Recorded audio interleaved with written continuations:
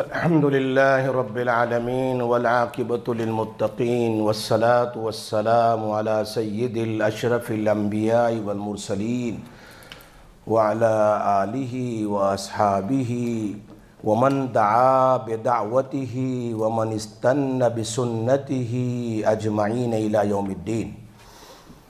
أما بعد فأعوذ بالله من الشيطان الرجيم. بسم الله الرحمن الرحيم. لقد كان في قصصهم عبرة لأولي الألباب. وقال ملا علی قاری رحمہ اللہ فی کتابہ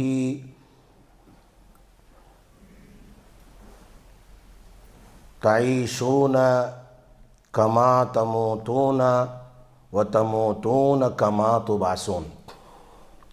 صدق اللہ العلی العظیم وصدق رسولہ النبی الأمی الحبیب الکریم ونحن علی ذلک لمن الشاہدین والشاکرین والحمد للہ رب العالمین. میرے محترم دوستو، بزرگوں، بھائیوں، میرے لیے تو بہت خوش نصیبی ہے کہ شاید پہلی مرتبہ میں بری میں آیا، اور یہ وہ جگہ ہے جہاں ہمارے حضرت والا حضرت مولانا بلال صاحب دامت برکاتہم العالیہ جو آج کل بیمار چل رہے ہیں، اللہ تبارک و تعالیٰ ان کو شفاء کاملہ عاجلہ دائمہ مستمرہ نصیب فرمائے. اللہ تعالیٰ ان کا سایہ ہم سب کے لیے، پوری امت کے لیے تا دیر بعافیت قائم دائم فرمائے. اللہ بہت جلد ان کو چلتے پھرتے آسان فرما دے. حضرت کی بہت ضرورت ہے امت کو. اللہ تعالیٰ ان کو جلد از جلد شفاء کاملہ نصیب فرمائے. ان کے بیٹے حضرت مفتی سلمان صاحب نے مجھے 1 مہینے پہلے کہا تھا آپ کو بھی آنا ہے یہاں. میں نے کہا ٹھیک ہے، میں بڑے فوت سے آ جاؤں گا. میرے محترم دوستو، بزرگوں، بھائیوں، اور دور دور تک سننے والے میرے بھائیوں اور میری محترمہ مائیں اور بہنیں گھروں میں سننے والی، امام ترمذی رحمۃ اللہ علیہ نے ترمذی شریف میں کتاب الجمعہ میں لکھا ہے کہ جمعہ کے دن 5 واقعات ہوئے. پہلا واقعہ یہ ہوا کہ اللہ تبارک و تعالیٰ نے جمعہ کے دن میں حضرت آدم علیہ السلام کو پیدا فرمایا. جمعہ کے دن میں حضرت آدم علیہ السلام کو پیدا فرمایا. دوسرا واقعہ، جمعہ کے دن میں اللہ تعالیٰ نے حضرت آدم علیہ السلام کو جنت میں داخل فرمایا. تیسرا واقعہ یہ ہے کہ اللہ تعالیٰ نے حضرت آدم علیہ السلام کو جمعہ کے دن جنت سے دنیا میں بھیجا. چوتھا واقعہ یہ ہے کہ جمعہ کے دن قیامت قائم ہوگی. کوئی بھی جمعہ قیامت قائم ہوگی. اور 5واں واقعہ یہ ہے صحیح حدیث میں کہ جمعہ کے دن اللہ نے ایک گھڑی رکھی ہے جس میں دعا قبول ہوتی ہے. یہ 5 چیزیں، اس کی تفصیل میں مجھے نہیں جانا ورنہ بہت ٹائم لگ جائے گا. یہ 5 واقعے ہیں. اب ہمیں کیا کرنا ہے جمعہ کے دن؟ جمعہ کے دن کیا کرنا ہے؟ سب سے پہلے سورۃ الکہف کو پڑھنا ہے، یاسین شریف کو پڑھنا ہے، سورۃ دخان کو پڑھنا ہے. یہ ہمیشہ کے لیے یاد رکھیں. اور کثرت سے درود پاک پڑھنا ہے. حضرت مولانا زکریا صاحب نور اللہ مرکزہ فرماتے ہیں کم سے کم 300 مرتبہ، زیادہ سے زیادہ 3000 مرتبہ درود پاک کو پڑھنا ہے. چھوٹا درود پڑھ لو صلی اللہ علیہ وسلم. ہمارے اکابرین ایسے ایسے گزرے ہیں کہ وہ قرآن کریم کو، سورۃ الکہف کو پابندی سے، یاسین شریف کو، سورۃ دخان کو پابندی سے ہر جمعہ کو پڑھتے تھے. پڑھنا بھی چاہیے.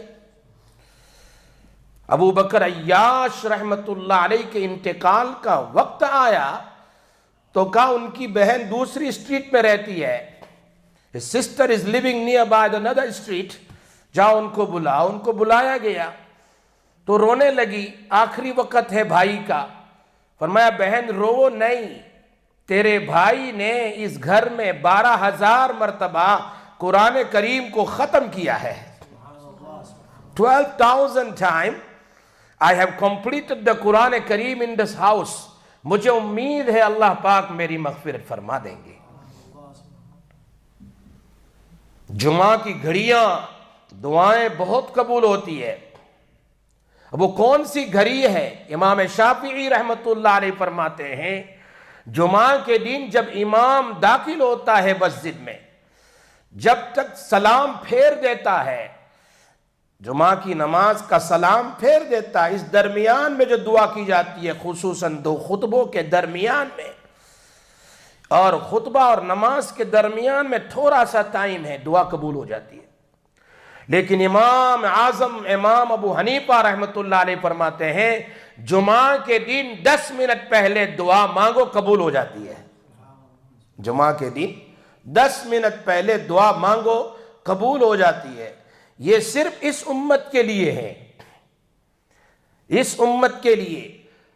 ابو ہریرہ رضی اللہ تعالیٰ عنہ، کون ابو ہریرہ تھے؟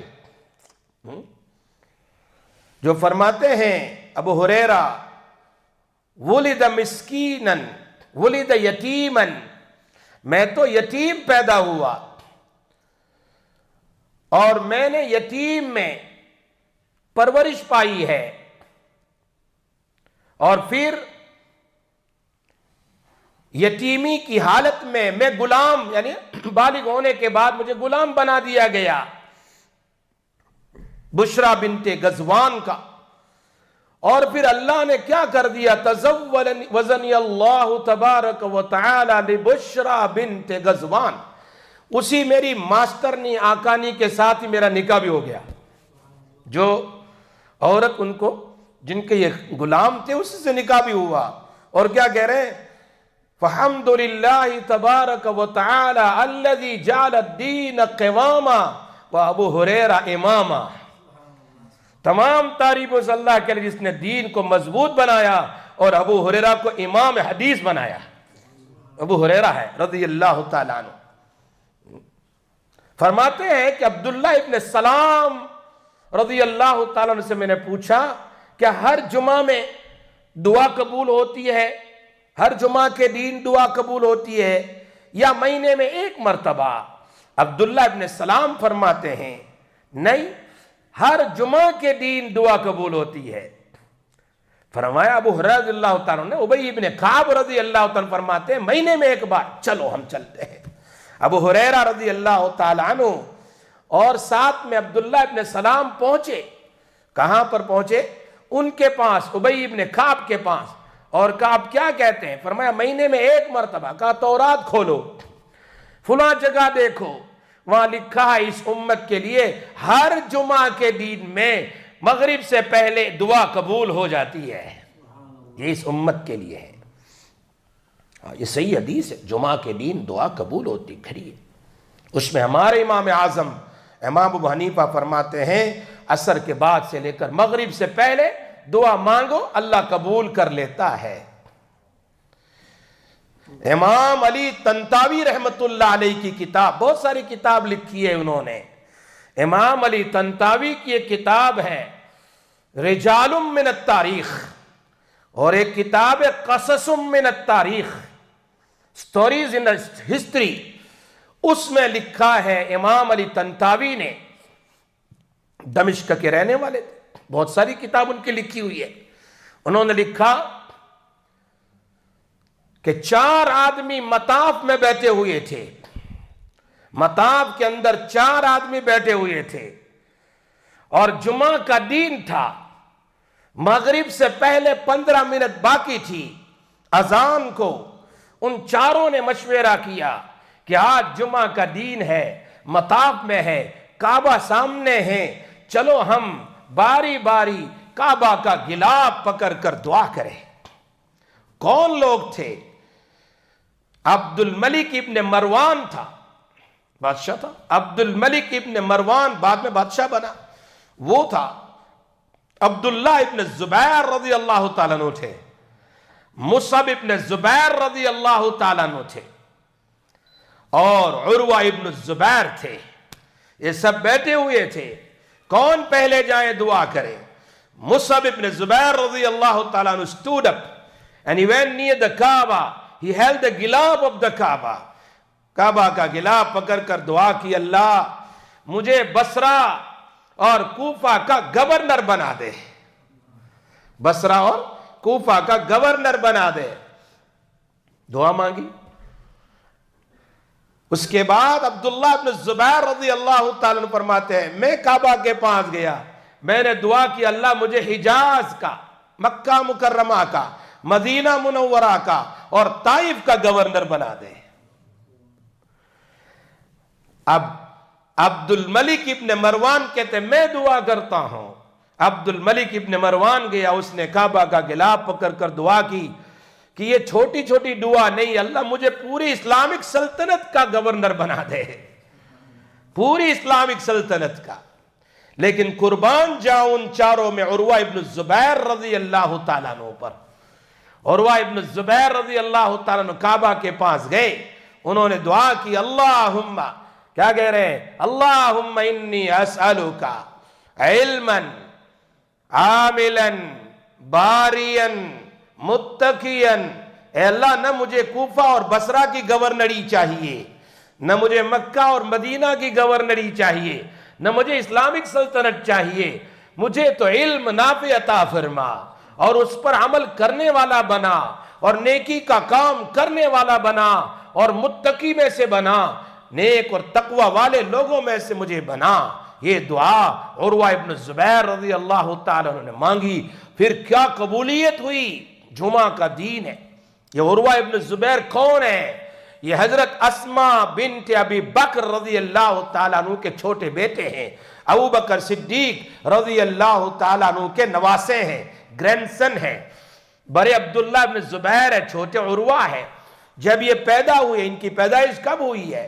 نبی اکرم صلی اللہ علیہ وسلم کے انتقال کے 16 سال کے بعد، 16 ایئرز کے بعد، یعنی 26 ہجری میں ان کی پیدائش ہے.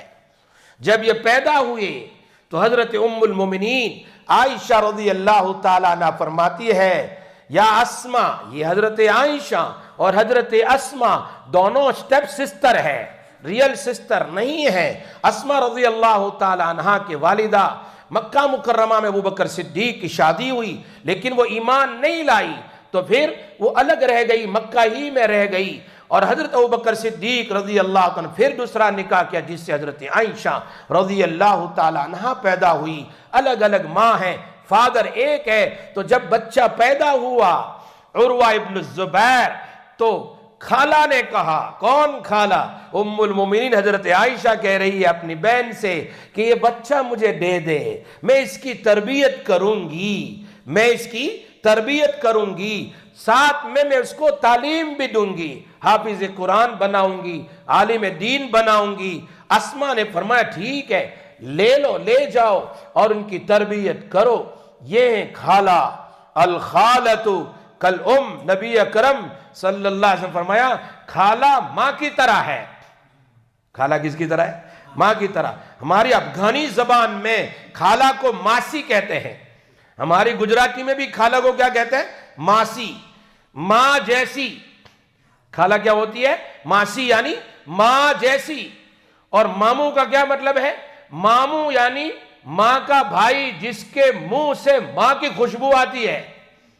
لیکن کہاں ماموں رہے اب، اور کہاں خالہ کوئی پوچھتے ہیں، کوئی کسی کو پوچھتا نہیں. یہ زمانہ ابھی تو بدل گیا. انسان اتنی گراوٹ میں چلا گیا، اتنی گراوٹ میں کہ وہ نہ خالہ کو پہچانتا ہے، نہ خالہ اپنے نواسے نیفیو کو پہچانتی ہے. ایک عجیب ہے. مجھے یاد پڑتا ہے حضرت مولانا خالد سیف الرحمان صاحب ہندوستان میں بہت بڑے ابھی مفتی ہے حیدرآباد میں. ان کے پاس دو نوجوان آئے اور آنے کے بعد کہنے لگے حضرت یہ میرا بھائی ہے، میں اکیلا ماں کو لک آفٹر کرتا ہوں، لیکن کبھی یہ ماں کو اپنے گھر نہیں لے جاتا، کبھی اپنی ماں کے گھر پر رکھنے کی بات ہی نہیں کرتا ہے۔ تو حضرت مفتی خالد سیف الرحمان صاحب فرماتے ہیں زندگی میں اپنے افتاء کے دفتر میں آفس میں کبھی غصے نہیں ہوا۔ اس دن میں بہت غصے ہو گیا کہ تم کیسے ہو، تمہاری لڑائی 50-50 کے بارے میں ہے کہ ایک مہینہ میرے گھر میری ماں رہے، ایک مہینہ اس کے گھر رہے میری ماں، یہ 50-50 کی بات کرتے ہیں۔ بات تو ایسی ہونی چاہیے، تم دونوں آرگیومنٹ کرتے کہ میں پوری زندگی اپنی ماں کو رکھنا چاہتا ہوں اور وہ کہے نہیں میں رکھنا چاہتا ہوں، اس میں آرگیومنٹ ہونا چاہیے۔ آج تو 4 لڑکے مل کر ایک ماں کو لک آفٹر نہیں کر سکتے، 4 بیٹے مل کر ایک ماں کو لک آفٹر نہیں کر سکتے ہیں۔ گراوٹ کی یہ حالت ہے۔ ماں اور باپ کے لیے آدمی مر میٹے۔ حضرت اسامہ بن زید رضی اللہ تعالیٰ عنہ صحابی رسول ہے، ماں نے کہا بیٹا مجھے کھجور کھانا ہے، اور کھجور کی سیزن نہیں تھی، کھجور کھانا ہے لیکن کھجور کی سیزن نہیں تھی۔ آپ کو پتا ہے جب سیزن نہ ہو تو چیز مہنگی ہوتی ہے۔ آپ نے دیکھا ہوگا کووڈ کے زمانے میں ہر چیز مہنگی ہو گئی تھی، یہاں تک کہ گلوبس اور سب کچھ مہنگا ہو گیا، ٹیشو پیپر بھی مہنگا ہو گیا، اور گلی گلی میں سارے ڈاکٹر بن گئے تھے، یہ کھاؤ یہ پیو یہ کھاؤ ٹھیک ہو جاؤ گے۔ کووڈ کے زمانے میں تو گلی گلی میں ڈاکٹر بن گئے تھے، کوئی کسی کو دیکھنے کے لیے تیار نہیں تھا، چیزیں مہنگی ہو گئی تھی۔ یہاں پر بھی چیزیں مہنگی ہے، یہ ہیں، لیکن ماں چاہتی ہے، ماں کی خواہش ہے کہ مجھے کھجور چاہیے، کہاں سے لاوے؟ تلاش کرتا رہا صحابی اسامہ بن زید، وہ تلاش کرتے رہے۔ سبحان اللہ، پھر کیا ہوا؟ ایک دکان پر ان کو وہ کھجور مل گئے۔ ماں کی خدمت، بشر حافی کا، چلو بات سے بات یاد آ رہی ہے، بشر حافی رحمت اللہ علیہ کا نام آپ لوگوں نے ہمارے حضرت سے سنا ہوگا بار بار۔ بشر حافی بہت بڑے اللہ کے ولی گزرے ہیں، بہت بڑے اللہ کے ولی گزرے ہیں۔ بشر حافی فرماتے ہیں ایک مرتبہ فجر کی نماز پڑھ کر اپنے مصلی پر بیٹھے ہوئے تھے، دق علیہ الباب، کسی نے دروازہ نوک کیا، دروازے کے پاس آئے، کہا کون ہے؟ کہا خادم اختی کا، تمہاری بہن کا خادم ہوں، تمہاری بہن کا خادم ہوں، ابھی صبح صبح کیسے آنا ہوا؟ فرمایا بہن نے آپ کو سلام عرض کیا، اور بہن نے کہا آج ظہر کے بعد آپ کی بہن کے گھر دعوت ہے، بہن کے گھر دعوت ہے۔ کہا ٹھیک ہے، وعلیکم وعلیہ السلام، اور بھیج دیا۔ میں ظہر کے بعد نماز کے بعد کھانے کے لیے آؤں گا۔ دعوت بھی بہت بڑی چیز ہے، کبھی پھر سناؤں گا کہ دعوت کے بارے میں میرے نبی کے کیا فرمان ہے۔ کسی کو کھلانا، اطعام الطعام، افشوا السلام، صلو باللیل والناس نیام، کھانا کھلاؤ، سلام کرو لوگوں کو، اور رات میں جب لوگ سوئے ہوئے ہو اٹھ کر تہجد پڑھو، تدخل الجنت بسلام، تم سلامتی کے ساتھ جنت میں داخل ہو جاؤ گے، سلامتی کے ساتھ، کوئی تمہیں روکنے والا نہیں ہوگا۔ یہ بشر حافی ظہر کے بعد گئے تو سامنے دسترخوان پر روسٹڈ فش ہے، روسٹڈ فش ہے۔ اللہ اکبر، رونا شروع کر دیا۔ یہ اللہ والے ہوتے ہیں نا، کبھی زندگی میں نے ایسی روسٹڈ فش نہیں دیکھی، ٹکڑے جو کچھ ملا کھا لیا، لیکن آج میرے سامنے روسٹڈ فش ہے۔ ہم نے اپنے اکابرین کو دیکھا، حضرت جی مولانا انعام الحسن صاحب رحمت اللہ علیہ مرتبہ تشریف لائے تھے، فرمایا ان کے سامنے جب کھانے کی ویرائٹیز تھی تو رونا شروع کیا، اور آیت قرآن کی پڑھنے لگے، اذھبتم طیباتکم فی حیاتکم الدنیا واستمتعتم بہا، کہیں ایسا تو نہیں ہے کہ جنت کا بدلہ دنیا ہی میں مل جائے اور وہاں کچھ نہ ہو؟ یاد کر کے رونا شروع کرتے ہیں۔ ہمارے حضرت مولانا حسین احمد مدنی رحمت اللہ علیہ راندیر جہاں میں پڑھتا تھا وہاں تشریف لائے تھے، علماء کرام کھانے بیٹھے ہوئے تھے، اور حضرت مولانا رضا ازمیری صاحب جو ہمارے شیخ الحدیث ہوتے تھے دارالعلوم اشرفیہ راندیر کے، سب بیٹھے، بڑے بڑے علماء تھے، اور حضرت نے دیکھا گجراتیوں کے کھانے بہت زیادہ ہوتے ہیں، ویرائٹیز بہت زیادہ ہوتی ہے۔ ویسے حضرت مولانا تھانوی رحمت اللہ علیہ فرماتے ہیں کہ اپنے کیا کہتے ہیں، یو پی کی عورتیں یہ حور ہے اپنے شوہر کے لیے، کیا فرماتے ہیں، یہ حور ہے اپنے شوہر کے لیے۔ تو ہمارے مولانا ابرار صاحب رحمت اللہ علیہ فلاح دارین ترک ذکر شیخ الحدیث تھے، وہ فرماتے کاش کہ ایک سفر فرما لیتے حضرت تھانوی رحمت اللہ علیہ گجرات کا، تو ان کو پتا چلتا کہ گجرات کی عورتیں بھی اپنے شوہر کے لیے حور ہے، کس مہا قسم کے کھانے بناتی ہے۔ خیر بات نکلی، حضرت مدنی رحمت اللہ علیہ رونے لگے، کہیں ایسا تو نہیں ہو رہا ہے کہ مالٹا کی جیل میں مجھے اور حضرت مولانا شیخ الہند کو رکھا گیا 4 سال کے لیے، انگریز نے رکھا تھا، کہیں اس کا بدلہ دنیا میں اچھے اچھے کھانے میں تو نہیں دیا جا رہا ہے کہ قیامت میں کچھ نہ ملے۔ رونے لگے۔ ہمارے شیخ نے فرمایا حضرت کچھ نہ کہو، بسم اللہ پڑھو، کھانا شروع کرو، ورنہ سارے علماء کو دعوت دیے کوئی کھانے والا نہیں ہے، بہت مشکل ہو جائے گا۔ حضرت روتے ہوئے پھر کھانا شروع کیا۔ بشر حافی کی بات کر رہا تھا، ان کے سامنے روسٹڈ فش ہے، رونا شروع کیا۔ بہن نے پوچھا بھائی جان کیوں رو رہے ہو، کیا ہوا؟ کہا آج میرے سامنے روسٹڈ فش ہے۔ فرمایا گھبراؤ نہیں، گزشتہ رات کو میں نے اپنی امی کو خواب میں دیکھا، جو بشر حافی کی ماں اور بہن کی ماں، کہا امی کو خواب میں دیکھا جن کا انتقال ہو چکا تھا۔ فرمایا بہن تیرا بھائی 3 دن سے بھوکا ہے، تیرا بھائی 3 دن سے بھوکا ہے، کچھ اچھا کھانا فش وغیرہ کھلاؤ، فش وغیرہ کھلاؤ۔ یہ بات عجیب ہے، بہن کہا رونے کی بات نہیں ہے، آپ کھائیے۔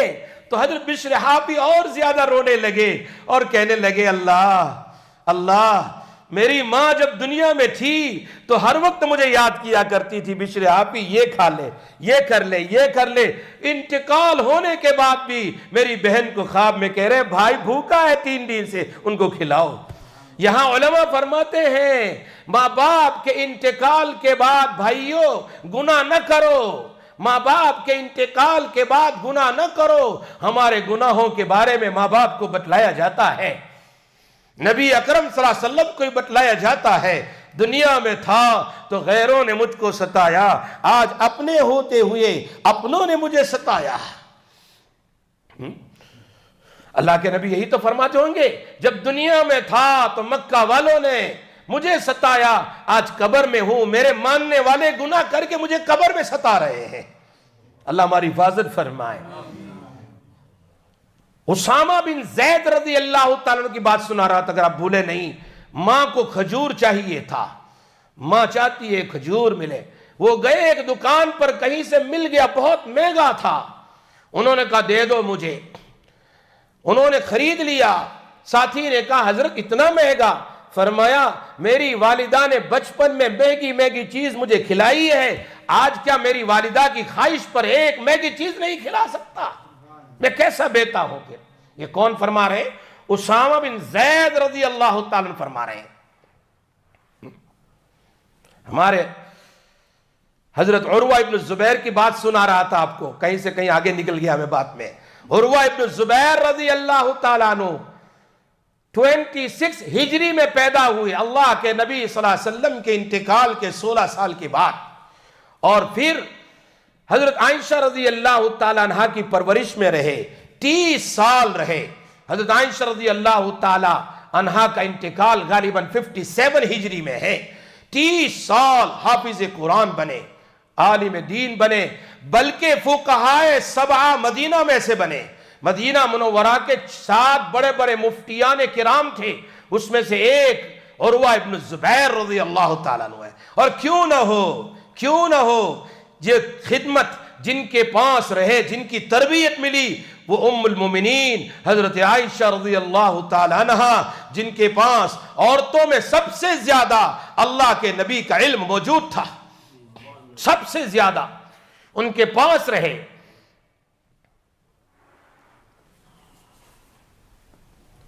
یہ عروہ ابن الزبیر رضی اللہ تعالیٰ عنہ غالباً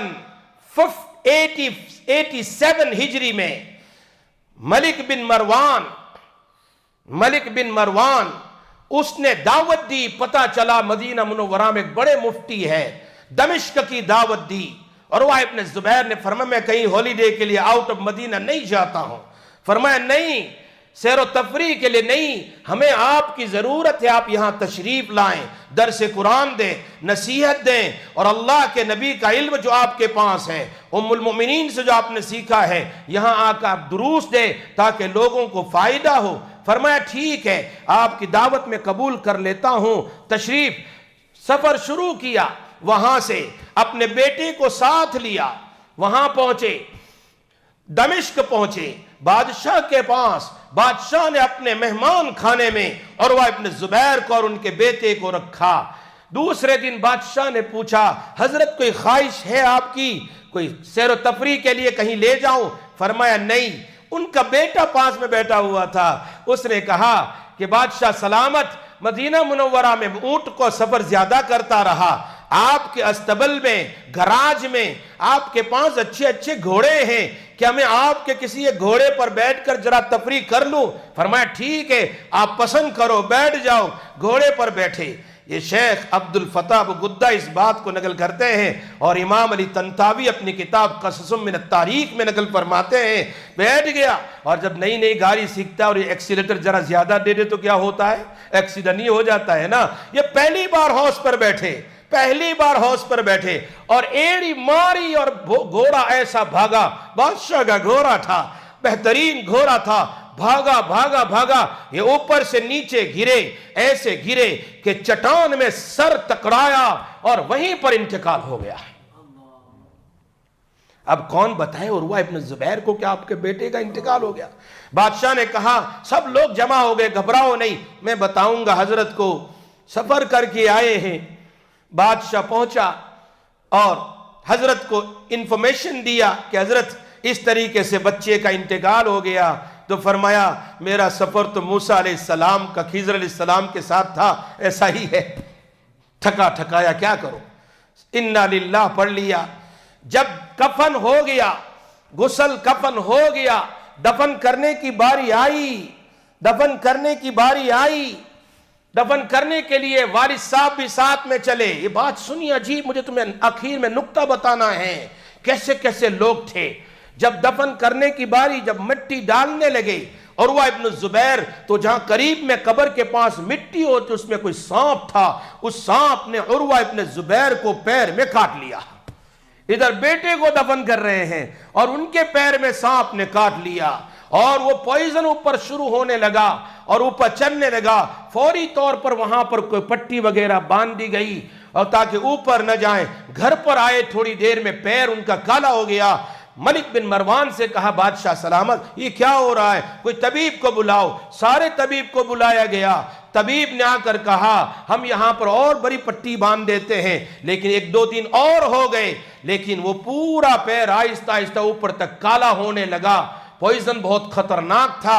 اب فیصلہ کیا طبیبوں نے عروہ ابن زبیر کو وہاں لے جایا جائے گا اور ان کے پیر کو کاٹا جائے گا، ان کے پیر کو کاٹا جائے گا.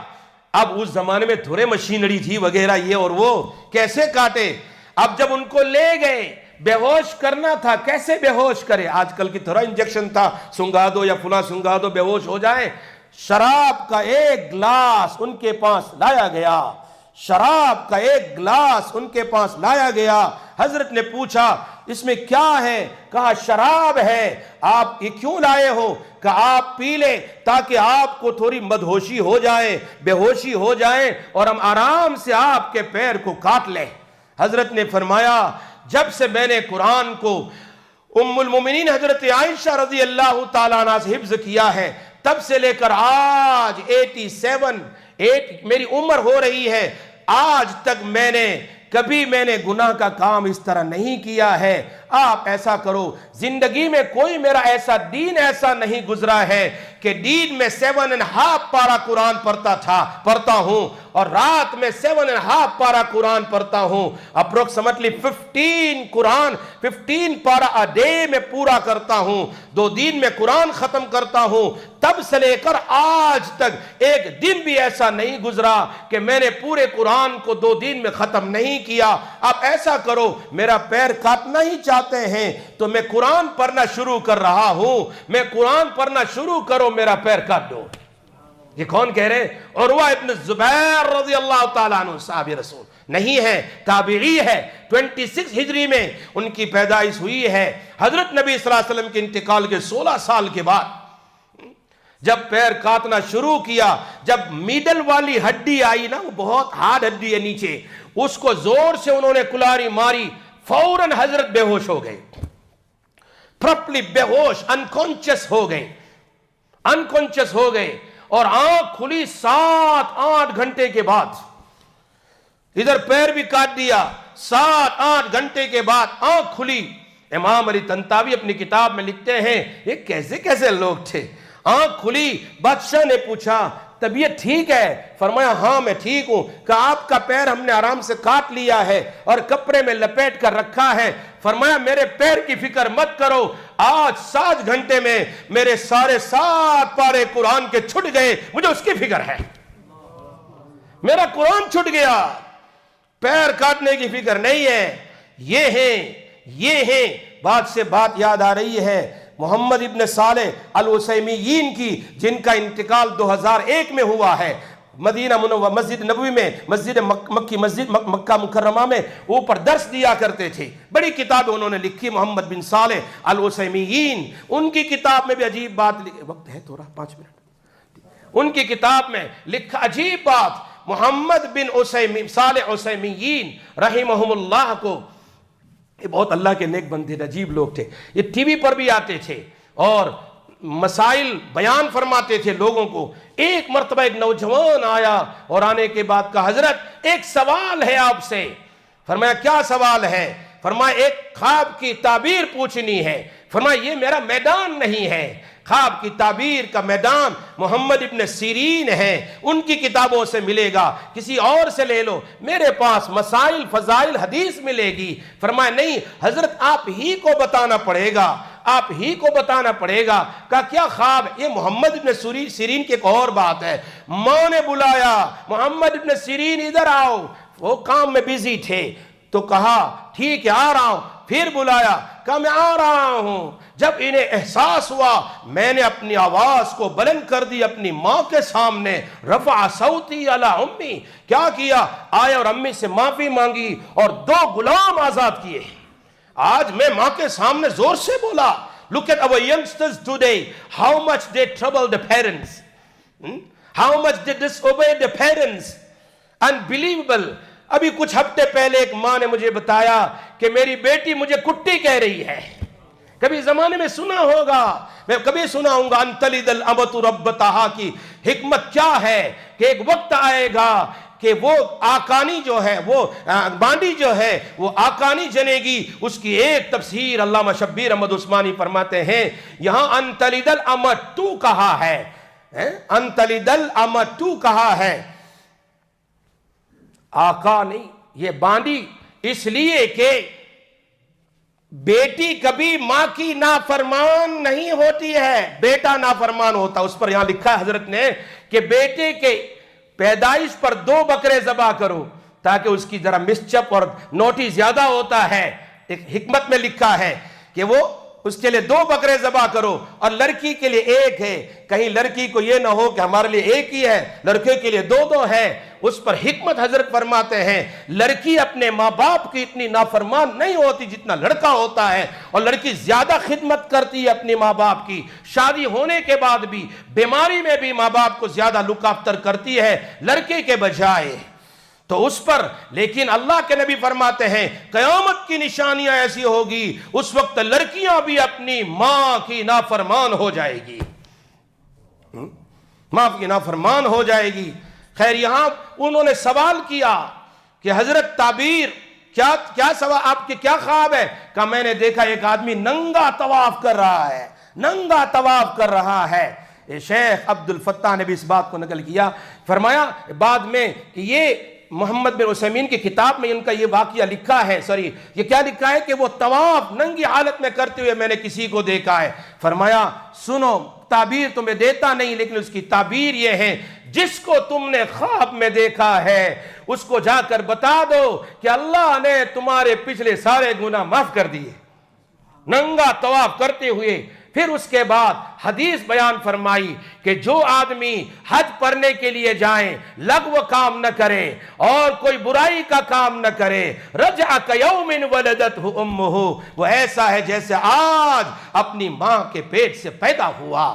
اس کے بعد یہاں خیر ان کو تو ایک حضرت محمد ابن صالح کو کینسر کی بیماری ہو گئی تھی اخیر میں، تو اس زمانے کے بادشاہ تھے، شاہ فہد تھے، انہوں نے کہا حضرت آپ کو میں اپنے خرچے سے امریکہ بھیجتا ہوں، سنیے بات سنیے، آپ نے اپنے خرچے سے امریکہ بھیجتا ہوں، وہ ہمارا فلائٹ بھی ہوگا اور آپ کو جانا ہے وہ علاج کروا لے۔ فرمایا میں نہیں جاتا، کہا نہیں گھبراؤ نہیں، صرف علاج کروانا ہے۔ جب علاج کے لیے امریکہ پہنچے، جب ان کو ہاسپٹل میں لے جایا گیا، اب پوچھا بھائی کیا کرو گے؟ کہا شاید ڈائیگنوز ہو گیا ہے، آپ کو کینسر ہے، کیا کرو گے؟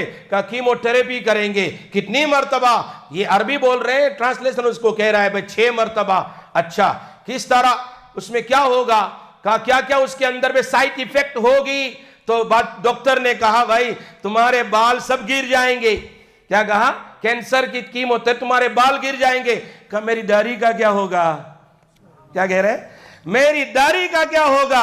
فرمایا سر کے بال بھی گریں گے، داڑھی کے بال بھی گر جائیں گے۔ فرمایا مجھے آپریشن نہیں کروانا ہے، مجھے کیمو تھراپی نہیں کروانا ہے، میں اسی کینسر کے ساتھ اللہ کے پاس جاؤں گا، لیکن بغیر داڑھی کے اللہ کے پاس میں نہیں جا سکتا۔ یہ محمد ابن صالح ہیں۔ تو میں سنا آخری بات ختم کر رہا ہوں، اور وہ ابن زبیر رضی اللہ تعالیٰ عنہ پیر کھاد دیا گیا، کہا لاؤ میرا پیر، لاؤ میرا پیر میرے سامنے لاؤ۔ کون؟ 7 گھنٹے بے ہوش ہونے کے بعد کیا کہہ رہے ہیں؟ آج میری قرآن کی تلاوت چھٹ گئی ہے، زندگی میں پہلی بار۔ پھر کبھی سناؤں گا کہ قرآن کی تلاوت پر کیا کیا ملتا ہے، ہمارے اکابرین کیا کیا کرتے تھے، ان کو قرآن پڑھتے پڑھتے پڑھتے موت آتی ہے۔ مولانا علی میاں صاحب کی بات سن لو، حضرت مولانا یاسین صاحب مفتی شفیع صاحب کا واقعہ سن لو، اسی طرح علامہ ابن تیمیہ کا واقعہ سن لو، کون سی آیت پر پہنچے اور ان کی روح نکل رہی ہے، قرآن کی کون سے سورت پر پہنچے ان کی روح نکل رہی ہے۔ عجیب عجیب لوگ تھے، عجیب عجیب اللہ کے بندے تھے، قرآن پڑھتے پڑھتے پڑھتے ان کی روح نکل رہی ہے۔ ابن تیمیہ رحمۃ اللہ علیہ جیل میں ہیں، 2 سال جیل میں، 80 مرتبہ قرآن ختم کیا، کچھ بھی نہیں۔ جب 81 مرتبہ شروع کیا، جب سورہ قلم کی آخری آیت پر پہنچے، ان المتقین فی جنات ونہر فی مقعد صدق عند ملیک مقتدر، اور روح نکل گئی۔ کیسے کیسے لوگ تھے۔ مولانا علی میاں صاحب قرآن پڑھ رہے، پر مجھے سورہ کہف کے لیے سامنے کھول دو۔ کھولتے کھولتے یاسین شریف کھول لی اور یاسین شریف پڑھنا شروع کیا۔ جمعہ سے پہلے غسل کرنے کے بعد، جمعہ کا دین ہے، بیڈ پر بیٹھ کر جب پہلا رکوع شروع کیا، فَبَشِّرْهُ بِمَغْفِرَةٍ وَأَجْرٍ كَرِيمٍ، اور روح نکل گئی۔ کیسے کیسے اللہ والے ہیں۔ اور وہ ابن زبیر نے کہا میرا پیر لاؤ۔ جب پیر سامنے لایا گیا، اپنے پیر کو خطاب کر رہے ہیں، فرمایا قرآن کہتا ہے اليوم نختم على افواہہم وتکلمنا ایدیہم وتشہد ارجلہم بما كانوا یکسبون، قیامت میں زبان پر تالا لگا دیا جائے گا اور ہمارا بدن بولے گا اللہ کے سامنے۔ امام راضی فرماتے سب سے پہلی چیز اگر بولے گی وہ انسان کی ران ہے، ران انسان کی ٹائی ہے، کہ اس ران سے تم نے دنیا میں کون کون سے گناہ کیے ہیں، یہ ٹائی پہلے بولے گی اللہ کے سامنے۔ تو اپنے پیر کو خطاب کر کے کہہ رہے ہیں کہ میری اتنی لمبی زندگی گزری ہے، اے پیر میں نے کبھی تجھ سے چل کر گناہ کی طرف نہیں گیا ہوں، پوری زندگی میں ایک مرتبہ بھی تیرے ساتھ چل کر میں گناہ کی طرف نہیں گیا ہوں، قیامت میں میرے خلاف گواہی نہ دینا، قیامت میں میرے موافق گواہی دینا۔ کیسے کیسے لوگ تھے۔ خیر وقت نہیں ہے، ابھی اذان کی تیاری ہے، اللہ پاک ہمیں عمل کی توفیق عطا فرمائے۔ پھر کبھی انشاءاللہ حضرت مفتی سلمان صاحب دعوت دیں گے، اور میری تلی بڑی خوش نصیبی ہے کہ میں اس جگہ میں پہلی بار بری میں آیا ہوں۔ یہاں ایک بار دارالعلوم میں آیا تھا حضرت کے پاس 2 بار، لیکن اس مسجد میں پہلی بار آیا۔ اللہ اکبر، اللہ حضرت کو شفا کاملہ عاجلہ نصیب فرمائے۔ میں نے ابھی شروع کہاں سے کیا ہے؟ جمعہ کے دن 10 منٹ پہلے کیا ہوتا ہے بھائی؟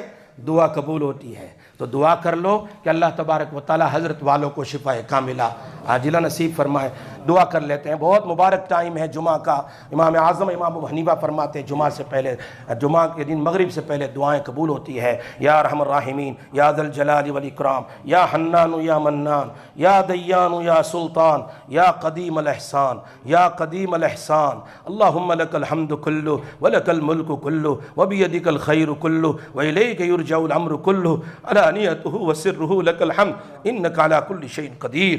اللہم صلی علی سیدنا محمد وعلی آل سیدنا محمد وبارک وسلم۔ جزا اللہ عنا سیدنا محمد صلی اللہ علیہ وسلم ما هو اہلہ۔ اللہ ہم سب کے گناہوں کو معاف فرما، اللہ ہم سب کے گناہوں کو معاف فرما، اللہ ہماری آل و اولاد کی مغفرت فرما، ہماری آل و اولاد کی مغفرت فرما، اللہ ہمارے والدین کی مغفرت فرما، اللہ ہمارے والدین کی مغفرت فرما، ہمارے بھائی بہن ان کی آل و اولاد کی مغفرت فرما، اللہ ہمارے دور اور قریب کے رشتہ داروں کی مغفرت فرما، اللہ ہمارے متعلقین کی مغفرت فرما، ہم سے محبت کرنے والوں کی مغفرت فرما، ہم سے تعلق رکھنے والوں کی مغفرت فرما، ہمارے محسنین کی مغفرت فرما، الہ العالمین اس پورے مجمع کی مغفرت فرما، اور جہاں جہاں اے اللہ اس مسجد سے آواز جا رہی ہے، جتنے لوگوں نے ہاتھ اٹھائے ہیں اللہ سب کی مغفرت فرما، اللہ پوری امت کی مغفرت فرما، پوری امت کی مغفرت فرما، اللہ زندوں کی مغفرت فرما، مردوں کی مغفرت فرما، یا ارحم الراحمین یا اکرم الاکرمین، امت کے حال پر رحم فرما، فلسطین اور غزہ کے مسلمانوں کی مدد فرما، نصرت فرما، نصرت فرما، اے اللہ ان کی جان مال آبرو عزت کی حفاظت فرما، اے اللہ ان کی غیب سے نصرت فرما، پوری دنیا کے مسلمانوں کی حفاظت فرما، جان مال آبرو عزت کی حفاظت فرما، اے اللہ مرنے سے پہلے ہمیں توبہ کی توفیق نصیب فرما، لوگ ہمیں غسل دے مرنے کے بعد اس سے پہلے ہمیں توبہ کا غسل کرنے کی توفیق نصیب فرما، لوگ ہمیں کلمہ پڑھائے مرنے سے پہلے اس سے پہلے کلمے کی حقیقت ہماری زندگی میں بٹھا دے، اللہ تیری محبت ہمارے دلوں میں آ جائیں، اور تیرے نبی کے طریقے سر کے بالوں سے لے کر پیر کے انگوٹھے تک ہمارے بدن میں آ جائیں، ایسی زندگی ہمیں نصیب فرما، اے الہ العالمین تو حساب لے، تیرے فرشتے قبر میں حساب لے، اس سے پہلے دنیا میں ہمیں اپنی زندگی کا حساب لینے کی توفیق نصیب فرما، اے اللہ مرنے سے پہلے موت کی فکر کی توفیق نصیب فرما، اے اللہ جو بھی بیمار ہے اللہ انہیں شفاء کاملہ عاجلہ دائمہ مستمرہ نصیب فرما، اے اللہ جہاں جہاں لوگ بیمار ہیں اس مجمع میں، گھروں میں، ہسپتال میں،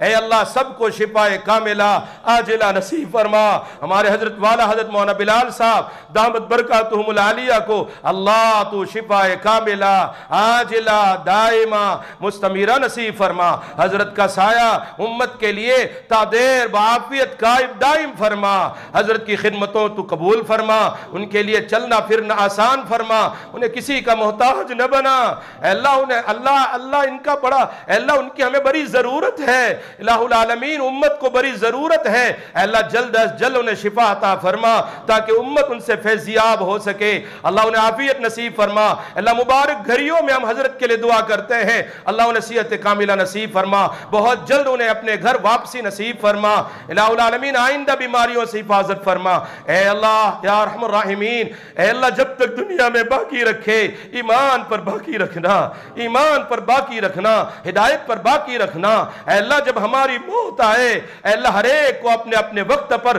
خاتمہ بالخیر نصیب فرمانا، جب موت آئے اے اللہ زبان پر کلمہ لا الہ الا اللہ محمد الرسول اللہ صلی اللہ علیہ وسلم ہو، اور فرشتہ کان میں کہتا ہو یا ایتھا النفس المطمئنہ ارجعی، اے پیور نفس، اے پیور سول چل، اللہ تو سے راضی، تو اللہ سے راضی، جنت میں داخل ہو جا، اللہ ایسی مبارک موت ہمیں نصیب فرما، ایسی مبارک موت ہمیں نصیب فرما، اللہ پریشانیوں کو دور فرما، آنے والے فتنوں سے ہماری اولاد کی حفاظت فرما، ہماری اولادوں کو حافظ قرآن بنا، عالم قرآن بنا، عامل قرآن بنا، داعی قرآن بنا، عاشق قرآن بنا، اولیاء کاملین میں سے بنا، علماء ربانیین میں سے بنا، تا قیامت اللہ ہماری نسلوں کو الہ العالمین کفر سے بچا لینا، شرک سے بچا لینا، بدعت سے بچا لینا، بگڑنے سے بچا لینا، پھسلنے سے بچا لینا، ماں باپ کے فرما بردار بنا، الہ العالمین ہم سب کو اے الہ العالمین تیرے حکم پر چلنے کی